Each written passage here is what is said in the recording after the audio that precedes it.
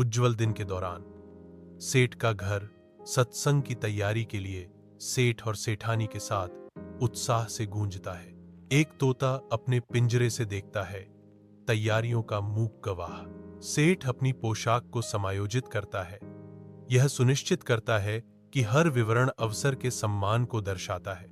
सेठानी ध्यान से अपने गहने चुनती है, हर टुकड़ा भक्ति का प्रतीक है।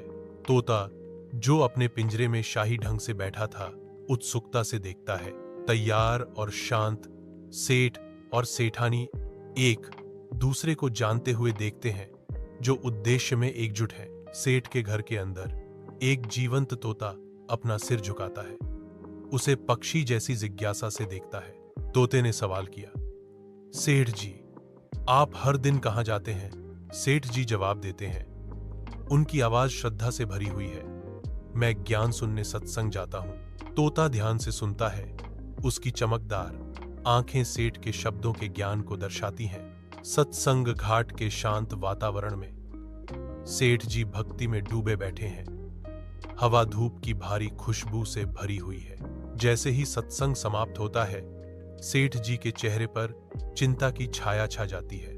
सेठ जी शांत संत के पास जाते हैं, उनकी चिंतित निगाहें मार्गदर्शन की तलाश में हैं। संत की शांत आंखें सेठ जी से मिलती हैं, जो अपनी शांत गहराई में सांत्वना प्रदान करती हैं। सेठ जी ने कहा, महाराज, हमारे घर में एक तोता है, वह पूछता रहता है कि वह कब आजाद होगा। उनके शब्द हवा में लटके हुए हैं। पवित्र वातावरण के बीच एक मार्मिक प्रश्न। सत्संग स्थल में संत जी अचानक गिर जाते हैं। उनकी गिरने से चुप्पी टूट जाती है। संत जी के निश्चल पड़े रहने से दहशत फैल गई। उनकी स्थिरता आसपास के अराजकता को बढ़ा रही थी। सेठ जी डर से लकवाग्रस्त होकर खुलते दृश्य को देखते हैं। उनके चेहरे पर उनके अंदरूनी उथल पुथल का पता चलता है। मौके का फायदा उठाते हुए सेठ जी चुपके से पीछे हट जाते हैं।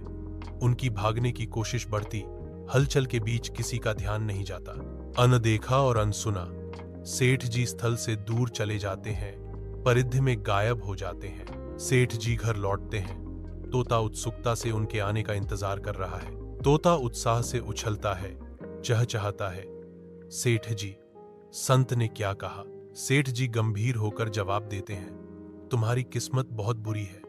जैसे ही मैंने तुम्हारी आजादी के बारे में पूछा, वह बेहोश हो गया। तोता कूदना बंद कर देता है। सेठ जी के शब्दों पर उसकी चमकदार आंखें धुंधली पड़ जाती हैं।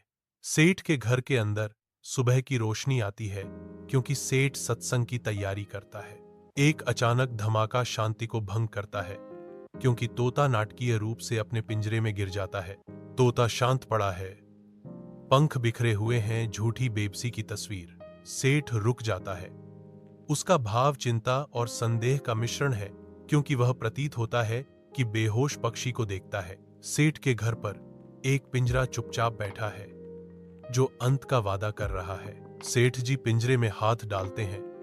उनकी हरकतें सतर्क हैं। सेठ जी गंभीर निराशा की नजर से सावधानी से पक्षी को उसके पिंजरे से उठाते हैं। एक पल में पक्षी जीवित हो जाता है, जो सेठ जी की पकड़ से छूट जाता है। पिंजरा खाली खड़ा है, जो फिर से मिली आजादी की एक स्पष्ट याद दिलाता है। सेठ जी पक्षी को असीम आकाश में उड़ते हुए देखते हैं।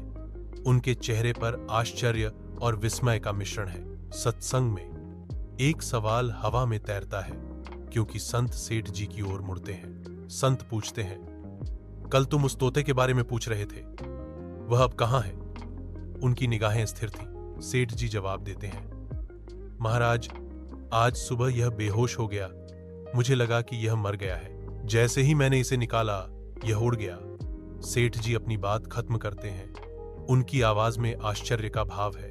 संत कहते हैं, देखो, इतने समय तक सत्संग सुनने के बाद भी तुम सांसारिक बंधनों में फंसे हुए हो, और उस तोते को देखो, वह बिना सत्संग के ही मुक्त हो गया।